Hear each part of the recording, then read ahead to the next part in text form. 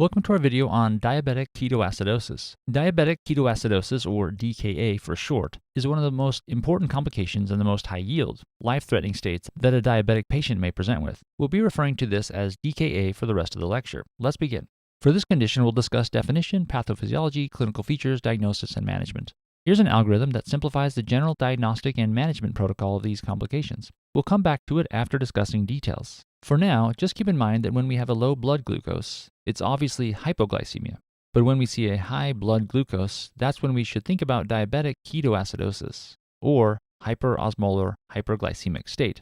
Let's begin our discussions with diabetic ketoacidosis. So what is diabetic ketoacidosis? This is a complication of diabetes mellitus that occurs when a patient develops an extreme abnormality in their insulin function. It's most commonly associated with type 1 diabetes mellitus, but can also be seen in patients with type 2 diabetes mellitus. This pathology is often related to physiologic stress, such as infection or trauma.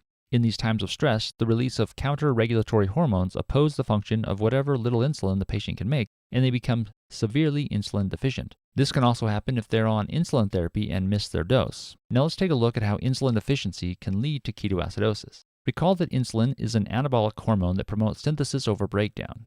Therefore, a profound insulin deficiency in patients will lead to an unchecked breakdown of energy reserves, such as fat. In a low insulin state, the released fatty acids will be used by liver to make ketones without any restriction. And as soon as the synthesis of ketones exceeds the limit of tissues to metabolize them, the patient will develop ketonemia, ketonuria, and ketoacidosis. Additionally, glycogenolysis and gluconeogenesis will ramp up due to low insulin levels. Recall that insulin usually has an inhibitory effect on these pathways. Peripheral cells will no longer be able to utilize glucose due to lack of insulin despite there being plenty of it available in the blood. Consequently, these cells will start to break down glycogen and also generate gluconeogenic substances, which further contributes to gluconeogenesis in the liver. Together with the reduced glucose uptake by tissues, this will lead to hyperglycemia. The consequent glucosuria and osmotic diuresis leads to dehydration. Dehydration in DKA can also lead to lactic acidosis and activate the renin-angiotensin-aldosterone system, which will contribute further to potassium loss. However, we want to highlight the most high-yield points here. Ketoacidosis, dehydration, and electrolyte loss are the three most significant metabolic derangements present in DKA, and you will soon see how these will be the focus of our treatment. What drug can commonly precipitate diabetic ketoacidosis? As we've already mentioned, the common precipitating factors of diabetic ketoacidosis are infection and other stresses on the body. These lead to secretion of counter-regulatory hormones, such as cortisol, which oppose insulin function. Hence, steroids are one of the most common drugs that can precipitate diabetic ketoacidosis. Now let's take a look at the clinical presentation of diabetic ketoacidosis. Early on in the disease process, when dehydration and acidosis is developing, most patients have a gradual onset of polydipsia, which is increased thirst, and polyuria, which is increased urination. This may easily be overlooked by the patient, especially if the patient hasn't been counseled properly or is undiagnosed and completely unaware of their disease. Patients typically will not present until they start to really feel sick due to acidosis and dehydration. They may have signs of acidosis such as nausea, vomiting, and abdominal pain or tenderness. Patients also may develop rapid, deep, labored breathing as an attempt to expel carbon dioxide to compensate for their metabolic acidosis. This pattern of breathing is known as Kussmaul respirations. They also have a fruity breath due to the smell of acetone, a ketone in the breath.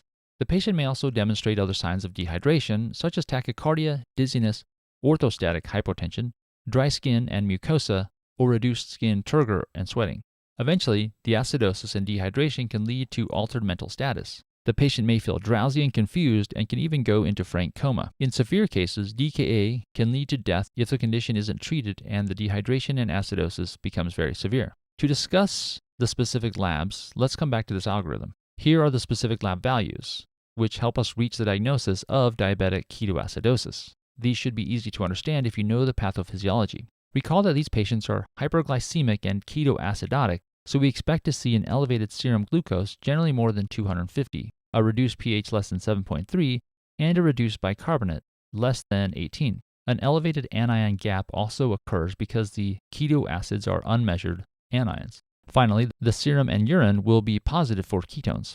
So the diagnostic workup will include serum glucose, serum and urine ketones, and arterial blood gases. Arterial blood gases will reveal an anion gap metabolic acidosis. Serum osmolarity is variable, depending on the severity of hyperglycemia and dehydration. Measuring or calculating the serum osmolarity will be helpful to distinguish between DKA and the next pathology we will discuss, hyperosmolar hyperglycemic non-ketotic state. First, let's take a minute to discuss electrolytes, which can be very complicated in diabetic ketoacidosis. First, sodium levels can be abnormal in DKA for a variety of reasons. One of these is pseudohyponatremia, which can be corrected for with a formula. For every 100 points of blood glucose above normal, you should add 2 to the measured value for sodium. This may reveal that your serum sodium level is actually within normal limits. Now let's discuss potassium with the help of a diagram on the next slide. Let's discuss 2 important factors that affect potassium level in a patient with diabetic ketoacidosis. One is insulin. On the left side of the diagram, you can see that in high insulin states, potassium is shifted intracellularly. The opposite occurs during low insulin states, such as diabetic ketoacidosis. The lack of insulin in these patients causes potassium to move extracellularly. The other factor is hydrogen ions. Cells in our body have potassium-hydrogen exchangers. For every hydrogen ion that moves in, 1 potassium ion moves out in exchange. Hence, in acidotic states such as DKA, the excess hydrogen ions move into the cells, causing a significant amount of potassium to move out and accumulate in the extracellular space. So there is an overall extracellular movement of potassium due to low insulin and increased acidosis. Now let's see what happens in the kidney. Here is a principal cell of a nephron between the lumen and interstitium. First of all, the osmotic force caused by excess glucose in diabetic patients draws water and electrolytes into the lumen, resulting in increased diuresis and electrolyte losses. Additionally, the resultant hypovolemia and reduced renal blood flow is sensed by juxtaglomerular cells, which then ultimately leads to the activation of the renin-angiotensin-aldosterone pathway. This increase in aldosterone then acts on principal cells to cause increased sodium reabsorption into the interstitium, in exchange for potassium secretion into the lumen. Therefore, diabetic patients lose a significant amount of potassium in their urine. In summary, potassium is lost in the urine, and potassium is lost from inside the cells.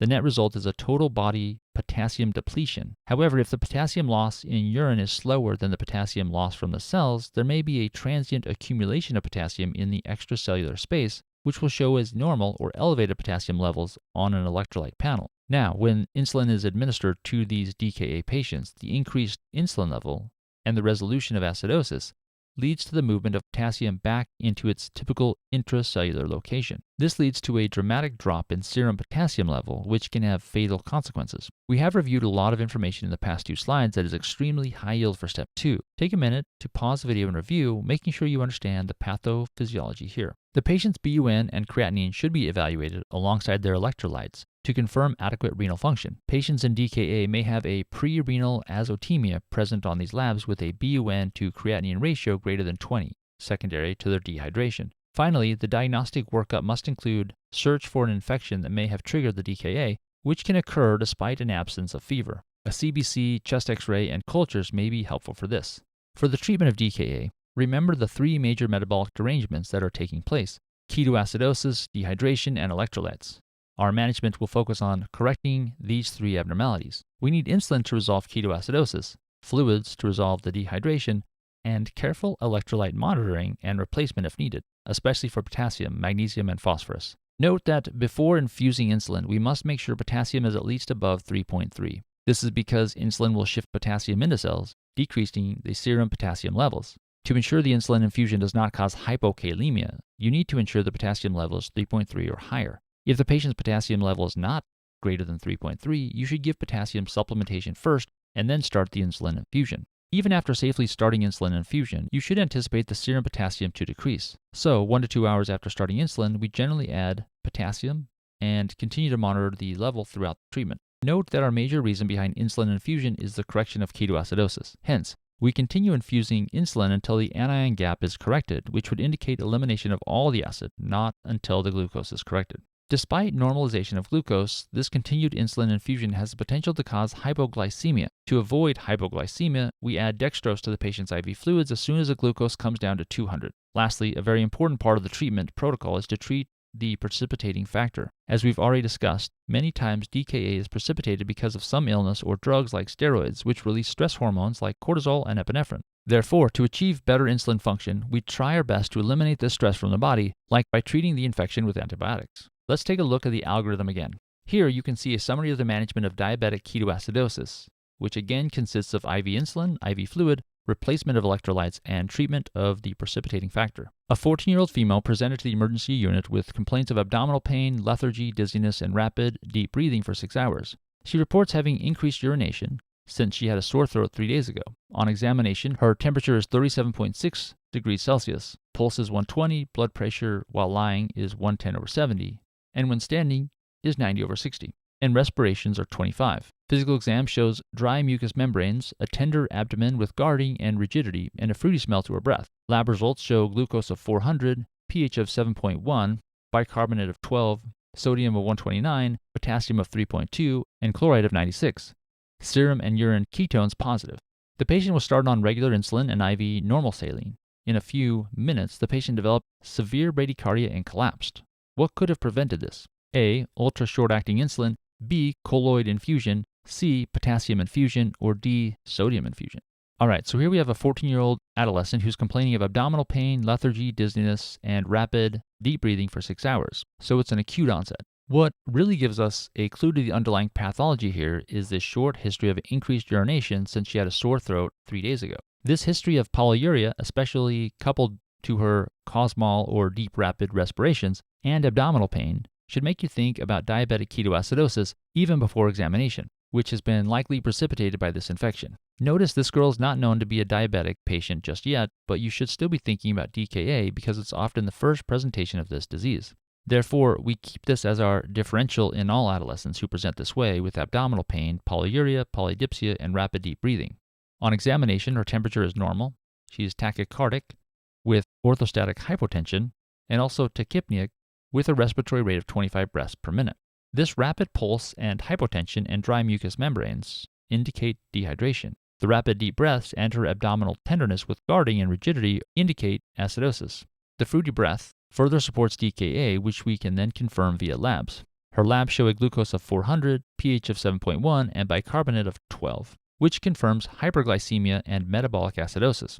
We can calculate our anion gap by subtracting our bicarbonate of 12 and chloride of 96 from our sodium of 129. This gives us an anion gap of 21, which is high compared to the normal anion gap of 3 to 10. Additionally, serum and urine ketones are positive as well. It confirms our diagnosis of DKA here. Therefore, the treatment will be IV insulin, IV fluid, and electrolyte replacement. Note here, we have to make sure potassium is above 3.3 before starting insulin.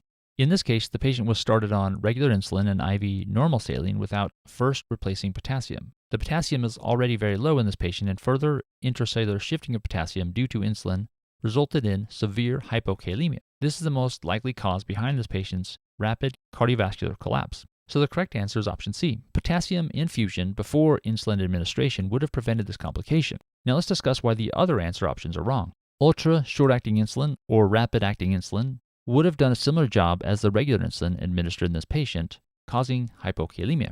Colloid infusion would retain fluid into the vessels and would not have maintained the potassium level or may even dilute it. Although serum sodium is low, but as we discussed earlier, it is likely dilutional and would correct on its own with rehydration of the patient. So its correction, sodium infusion, is not needed and wouldn't have affected the potassium level. So the correct answer is C, potassium infusion. And this concludes our section.